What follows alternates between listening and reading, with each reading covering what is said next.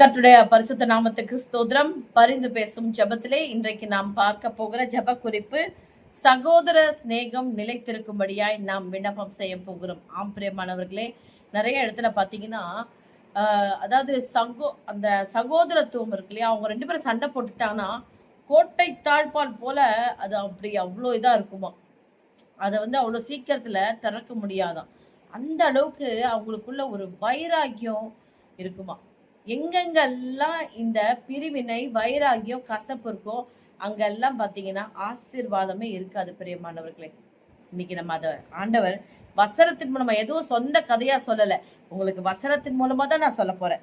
இன்னைக்கு ஆண்டவர் கொடுத்திருக்கிற வேத பகுதி பார்த்தீங்கன்னா, சங்கீதம் 133ஆம் அதிகாரம் நான் வாசிக்கிறேன். இதோ சகோதரர் ஒருமித்து வாசம் பண்ணுகிறது எத்தனை நன்மையும் எத்தனை இன்பமுமானது.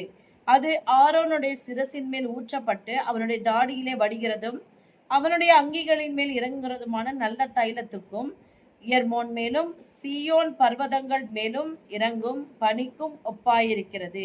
அங்கே கர்த்தர் என்றென்றைக்கும் ஆசீர்வாதத்தையும் ஜீவனையும் கட்டளையிடுகிறார். ஹல்லேலூயா. பிரியமானவர்களே, பாருங்க, பிரிவினை, கசப்பு எங்கெங்கெல்லாம் இந்த சகோதர சிநேகம் நிலைத்திருக்காம வைராகியம், வெறுப்பு, கசப்பு, சண்டை யாருக்குள்ள இருக்கோ அங்க ஆசீர்வாதமும் இல்லை, ஜீவனும் இல்லை. இன்னைக்கு இந்த காரியத்தை ஆண்டவர் நமக்கு உணர்த்தி இருக்காரு. இதே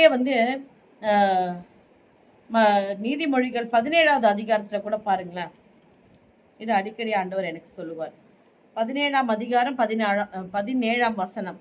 சிநேகிதன் எல்லா காலத்திலும் சிநேகிப்பான், இடுக்கண்ணில் உதவவே சகோதரன் பிறந்திருக்கிறான். ஹல்லேலூயா. நம்ம பேரண்ட்ஸா இருக்கோம் இல்லையா, நம்ம பிள்ளைங்களுக்கு நம்ம கற்றுக் கொடுக்க வேண்டியது என்னன்னா, அக்கா கிட்ட சண்டை போடாத, அண்ணன் கிட்ட சண்டை போடாத, தம்பி கிட்ட சண்டை போடாத. இத முதல்ல சொல்லி கொடுக்கணும். உன்னை நேசிக்கிறது போல பிறனையும் நேசிப்பாயாக என்று வேதம் சொல்லுகிறது. அதுக்கு கீழ்ப்படிஞ்சு நம்ம என்ன செய்யணுமா, கூட பிறந்தவங்க கிட்ட அன்பா இருக்கணும்ப்பா. நீ அன்பா இருந்தாதான் உனக்கு ஆசீர்வாதமும் ஜீவனும் உண்டாயிருக்கும்னு வேதம் சொல்லுது. ஆண்டவர் சொல்லி இருக்காரு. அங்க அந்த இடத்துலதான் ஆண்டவர் ஆசீர்வாதத்தை தருவேன் என்று சொல்லுகிறார். எங்கெங்கெல்லாம் பிரிவினை இருக்கோ சகோதரத்துவத்துல இன்னைக்கு நம்ம ஜெபிக்கலாம். நிச்சயமா இப்படிப்பட்ட கோட்டை தாழ்பால் போல இருக்கிற பிரிவினைகளை கர்த்தர் உடை தெரிவாராக. இயேசுவின் நாமத்திலே ஜெபிக்கலாம். ஹல்லேலூயா, ஹல்லேலூயா. கர்த்தாவே, நீர் பிரியமாயிருக்கிறீரப்பா. இந்த சகோதர சிநேகம் நிலைத்திருக்கத்தக்கதான ஒரு பலத்த கிரியை கர்த்தர் நடப்பிக்கும்படியாய் ஜெபிக்கிறோம் ஆண்டவரே. சத்துரு என்னென்ன தந்திரங்களை ஆண்டவரே சகோதரருக்குள்ளே விதைத்திருக்கிறானோ, யாரையெல்லாம் தந்திரமாய் பயன்படுத்தி கொண்டிருக்கிறானோ கர்த்தர் முறியடிப்பாராக இயேசுவின் நாமத்திலே. சகோதர சிநேகம் நிலைத்திருக்க வழிவாசல்களை கர்த்தர் உண்டு பண்ணும்படியாய் ஜெபிக்கிறோம் இயேசுவின் நாமத்தில் பிதாவே. ஆமென், ஆமென், ஆமென். God bless you.